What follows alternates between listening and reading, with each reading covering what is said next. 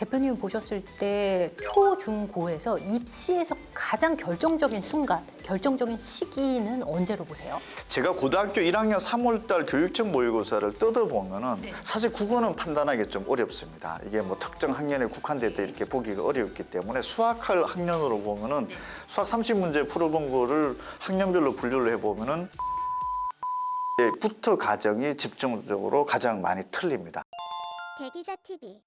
안녕하세요. 엄마들의 교육 고민을 대신 물어봐주는 교육대기자TV의 저는 조선에듀 방종인 편집장입니다. 코로나로 인해서 달라진 교육 풍경 중에 하나가 입시 설명회가 없어졌다는 것일 텐데요. 그래서 오늘은 방구석에서 편히 입시 설명회를 즐길 수 있는 시간을 마련해 보도록 하겠습니다. 입시 설명회 하면 가장 먼저 떠오르는 분을 모시고 말씀 들어볼게요. 안녕하세요, 대표님. 네, 안녕하십니까. 먼저 교육대기자TV의 자기소개 좀 부탁드리겠습니다. 네, 반갑습니다. 저는 종로학원 하늘교육의 대표이사를 맡고 있는 임성호입니다.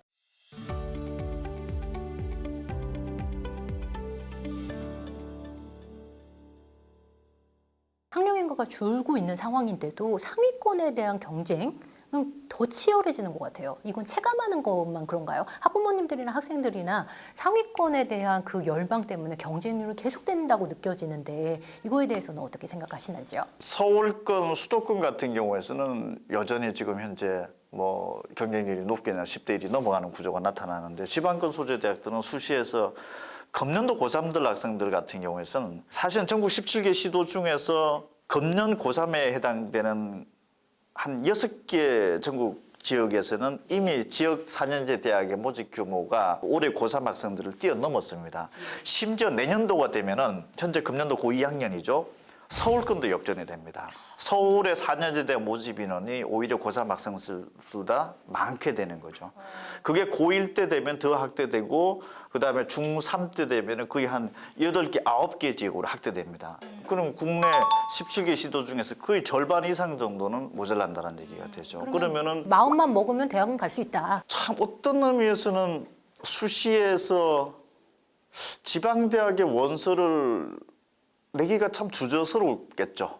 그러면은 이제 상위권 학생들은 지방권 소재 대학은 거의 안 넣을 것이다. 지방 거점 국공립대학이라든지 한 연고대급에서 운영하는 뭐 캠퍼스라든지 이 정도 아니고서는 사실은 원수도면은 불리할 수도 있다. 그러니까 지방 학생들은 수도권으로, 수도권 학생들은 서울권 소재 대학으로, 서울권 중하위권 대학에서는 상위권 대학으로 이런 식으로 이제 그 지원 흐름이 패턴이 정해지게 되겠죠. 더 공고화된 그렇죠. 거라고 보시는 거죠? 문제는 필리핀 부익부 대학이 점차 커진다. 그러면 서울 소재 중상위권 대학에 들어가기는 쉽지 않을 것이다. 반수생도 과세할 수가 있고 삼수생도 과세를 할 수가 있고 여러 가지 부분들이 지금 작용을 미치고 있는 거고 또 여기에 의학학 계열까지 전국으로 우선 학생들이 쭉 빠져나가 준다라고 하면은 그만큼 문호가 더 헐거워지는 것 아니냐 이런 기대 심리까지 지금 작동이 되고 있는 거기 때문에 수시의 비중이 점점 줄고 있잖아요. 정시가 계속 늘고 있는 상황인데 그러면 1, 2, 3학년들 같은 경우에는 정시에 좀 초점을 맞춰야 될까요? 일단 정시라고 하는 부분들은 자력으로 대학을 갈 수 있는 부분인 거죠. 그런데 내신은 뭐 1.5등급이다, 1.789등급이다. 사실 따기도 힘들죠. 맞습니다. 또 학생이 적은 학교 같은 경우에서 정말로 숫자가 안 나오죠. 그래서 또 설사 또 그렇게 땄다 하더라도 보장이 없죠. 뭐 1점대 등급대 학생들도 떨어지는데 사실 왜 떨어지는지 왜 붙는지 아직도 명확하게 정의를 할 수가 없죠, 이게. 그래서 지금 입시 구조가 수시에서 정시 쪽으로 조금 이동을 하는 상황이고 확대가 되는 추세라면은 가장 안전한 거는 뭐겠습니까? 내 자력으로 대학을 갈 수 있는 것. 그럼 수능 점수를 그만큼 확보를 해 놓으면은 유리할 수밖에 없는 상황에 전개될 수밖에 없는 거고. 그리고 의학대 같은 경우에서는 주요 대부분의 상위권 대학들은 학생부 종합 전형은 사실 수능 체제도 없죠. 그런데 의대 약대에는 다 있습니다. 점점 수능 정시가 중요해진다, 수능이 중요해진다고 하니까 중학교 때부터 수능 문제를 좀 풀리는 어머님들, 학생들이 많더라고요. 어떻게 좀 준비를 하면 좋을까요? 이게 뭐 선행을 뭐 도움이 된다 안 된다 이런 걸 다 떠나가지고 사실 그거는 뭐 교육적으로 뭐 그건 전문가들이 말씀을 하셔야 될 것 같고 명확한 거는 고등학교 1학년 3월 달에 보는 모의고사 결과를 신경을 쓰냐 안 쓰느냐라는 거죠. 중학교 1, 2, 3학년 과정이 고1 3월 달에 출제가 되죠. 그렇죠. 그러면은 사실은 초등학생들도 중학교 과정을 끝냈다. 중학교 1학년 학생도 뭐 중3 과정을 끝내 이런 학생들이 주변에 많이 들리죠. 예. 그럼 그 시험지 봐야겠죠. 그 시험지 매년마다 지금 다 나와 있으니까. 그렇죠. 그걸 다운받아 볼 수 보면서 이 점수면은 몇 등급, 전국에서 어느 정도 해당한다라는 거를 알면은 지금 현재 공부했던 것이 좀 도움이 되고 어떤 그 정확한 궤도상에 들어갔다고 볼 수 있는 거고 그런 부분들 없이 그냥 마냥 사실 뭐 진도만 계속 나가면은 그 진도 갖고 수능 결과로 이어지는 건 아니다라는 거. 그러면 상위권의 변별을 가르는 첫 시험이 고1 모의고사. 상위권 아니라 상중 하위 뭐 모든 모두다. 상관없이 내가 전국에서 위치가 어느 정도다. 자 그때 와서 저기 수능이 뭐 몇 등급 또는 뭐 100분위 점수가 몇 점이다라고 하면은 사실 대학에 나온 거죠. 물론 그 점수가 그대로 가는 건 아니겠지만.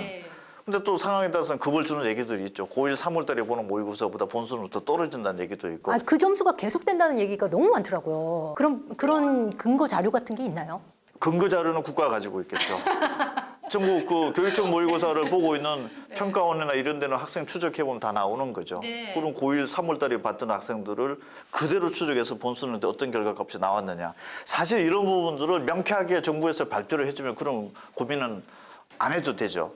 상당히 그런 부분들이 이제 일치할 수도 있지 않겠냐라는 생각이 드는 거죠. 그래서 어떻게 보면은 1학년 1학기 중간고사 못 보면은 2학기 때 열심히 하면 되지. 또 1학년 때 못 봤으면 2학년 때 내신 관리 잘하면 되지라고 하는 것들이 어떤 의미에서 희망 고문일 수도 있고. 희망사항일 수도 네. 있다. 그런데 그게 만약에 내신이 제대로 관리가 안 된 상황에서 수능까지 문제가 생긴다라고 하면은 그 학생은 사실 두 가지 다를 놓치게 되는 거죠. 그래서 어떤 의미에서는 수능이냐 내신이냐 이런 부분들을 판단을 언제쯤 할 것이며 그 판단의 근거가 무엇인지 명확했으면 하는 생각이 드는 거죠. 그냥 막연하게 논술 준비를 잘하면 논술로서 대학을 갈 수 있을 것이다. 확률로 봤을 때 거의 희박합니다. 그래서 우리는 뭐 논술로 대학을 가기 위해서 중3 이하에서부터 논술을 하기 위해서 뭘 한다. 사실은 제가 봤을 때는 그런 부분들이 오히려 더 근거가 없고 불확실하고 가장 확실한 거. 내가 이 정도만 해놓으면 되겠다라는 거는 어떻게 보면 수능과 내신인데 그 부분들을 그 어떻게 명확하게 좀 설정을 하느냐, 언제쯤 결정을 하느냐 이런 부분들은 학생도 그렇고 부모님도 그렇고 좀 설정해줄 필요는 있다. 그럼 대표님 여기서 대표님 보셨을 때 초, 중, 고에서 입시에서 가장 결정적인 순간, 결정적인 시기는 언제로 보세요? 제가 고등학교 1학년 3월달 교육청 모의고사를 뜯어보면은 사실 국어는 판단하기 좀 어렵습니다. 이게 뭐 특정 학년에 국한되어 이렇게 보기가 어렵기 때문에 수학할 학년으로 보면은 수학 30문제 풀어본 거를 학년별로 분류를 해보면은 중학교 2학년 2학기 때부터 가정이 집중적으로 가장 많이 틀립니다. 정답률이 낮다는 얘기죠. 그러면은 상위권의 변별력은 중학교 2학년 2학기 때부터는 현실화되고 있다. 우리는 학교에서 90점이 넘어서 괜찮다고 보지만 전국적인 시험을 봤을 때는 제일 많이 틀리는 문항은 2학년 2학기 때부터다. 중학교 2학년 2학기부터요? 그러면은 2학년 2학기 과정에서 수학이 좀 어려워진다라고 하면은 사실은 지금까지 공부했던 패턴이 맞는지 안 맞는지 아니면 다시 한번 또 되돌아볼 필요가 있는 거고 그 원점부터 다시 차분하게 개념을 하면서 뭔가 좀 자신감을 좀 불러일으켜 올라가는 쪽으로 한다라든지 또 1학기 과정보다 2학기 과정이 좀 많이 틀립니다, 애들이. 그건 왜 그럴까요? 그 1학기에 보통 이제 계산 쪽에 문제가 많이 나온다라면 2학기 때부터 뭐 기하 쪽이라든지 도형 이런 쪽에 뭐 이런 쪽에 나오다 보니까 조금 어려워하는 것 같습니다. 근데 수학 실제 연구소 직원들한테 물어보더라도 2학기 과정에 대한 학습이 굉장히 중요하다. 그러려면은 이제 초등학교 때는 그런 연결이 있느냐 없느냐 다 연결이 된다는 얘기를 하죠. 맞아요. 수학은 계열성 학문이니까. 초등학교 때부터 뭔가 좀 생각을 하고 깊이 있고 어려운 부분의 문제를 좀 도전을 해보면서 가는 학생들과 반복적으로 풀었던 문제를 다 풀고 어느 정도 그런 성취도가 나오면은 오케이가 됐을 경우에는 이제 고학년으로 올라갈수록 이제 그게 격차가 벌어진다라는 거죠. 그래서 가급적이면은 이제 초등학교 고학년 때부터도 우리 뭐 연구소 직원들도 얘기를 합니다만은 어렵게 공부하는 수준까지 도달하는 게 어떻겠느냐. 그리고 실제 또 수능에서도 수학 같은 경우에도 한 세 문항 정도가 킬러 문항이라고 맞습니다. 그러죠. 예, 국어에서는 뭐 나눠봤죠. 독서 예, 문항이라고 얘기를 예. 하고 있고. 그래서 요즘에 부모님들은 실제 문제를 들여다 보시는 거죠. 그래서 이 문제가 어렵구나라고 하는 것들을 직접 눈으로 한번 확인을 해보는 게 어떻게 보면 입시 설명회죠. 2022, 2023 학년도 수능을 대비한다는 차원에서 뭐 요번에 달라지는 점 포인트 몇 가지를 좀 찝어주신다면요. 고3들은 올해 수능이 바뀌어지죠. 네. 그래서 올해는 이제 선택 과목을 뭘 선택을 하느냐, 또 어디에 또 몰리느냐, 네. 또 공통 과목이 있고 선택 과목이 있는데 어느 과목을 또 더 잘 봐야 될지, 또 어느 과목이 더 어렵게 출제될지 이런 부분들이 사실은 상반기, 하반기 실시되는 모의고사 같은 데서 굉장히 좀 체크를 많이 해봐야 되고, 또 수학이 수능 도입 이래로 처음으로 문과하고 이과하고 똑같은 시험지를 풀어보고 같이 석차를 매기게 되는 거죠. 문과가 좀 수학에서 불리할지 뭐 아니면 또 오히려 더 나을지 이런 부분도 관심 사안이고, 고등학교 2학년은 정시가 이제 40% 주요대학이 40% 이상으로 확대되는 또 첫해 해당되는 학생들인 거죠. 그럼 고등학교 2학년 학생들 같은 경우에는 이번 1학기 중간고사를 보고 나서부터는 본격적으로 수시로 계속할지 아니면 정시로 방향을 급선회를 해야 될지 이런 중요한 판단을 해야 되는 학년일 수가 있고, 또 고등학교 1학년 학생들은 중3 때 이제 코로나19를 겪은 학생들이죠. 그리고 또 고1 때부터 이제 또 내신에 이제 본격적으로 이제 들어가야 될 텐데, 내신 관리를 또 어떻게 잘 하느냐. 중학교 1학년까지는 거의 시험이 아예 없는 것 같아요. 그래서 정말 잘하겠거니 믿고 있다가 중2, 3을 그때는 놓치다가 고1 때 굉장히 큰 타격을 받는 학생과 학부모들이 굉장히 많더라고요. 중학교 2학년하고 3학년에 보는 시험이 절대평가죠. 예. 90점이 넘으면은 A라는 그레이드를 받게 되는데, 그게 많은 학교는 40%가 넘죠. 또 좋은 학교들도 거의 다 한 20%는 넘어가는 거죠. 4%까지가 1등급이고 11%까지 2등급이고 23%까지가 3등급이라고 하면은 일반적으로 4, 5등급 나오는 학생들도 중학교 때는 최고 등급인 A를 받는다라는 거죠. 그러네요. 그런데 점수의 체제가 고등학교 1학년 3월 달에 딱 되면서 전국의 모의고사를 보면 이제 4% 안에 들어오느냐 안 들어오느냐. 그 일자의 1등급의 의미가 얼마나 크다라고 하는 부분들은 아마 지금 부모님들은 다 아실 겁니다. 또 올해 좀 달라진 점이 약대 부분을 또 놓칠 수 없을 것 같아요. 그 부분에 대해서는 좀 설명 좀 부탁드릴게요. 약대가 이제 1,700명 들어오죠. 1,700명이면은 사실은 우리가 한 개 종합대학이 한 3,000명 정도고 그 중에서 자연계가 한 1,500명 정도가 되죠. 최상위권 자연계 한 개 대학이 만들어진 규모라고 볼 수도 있고, 상위권 학과로 다시 생각을 해본다라면 한 3, 4개 대학이 만들어진 규모다.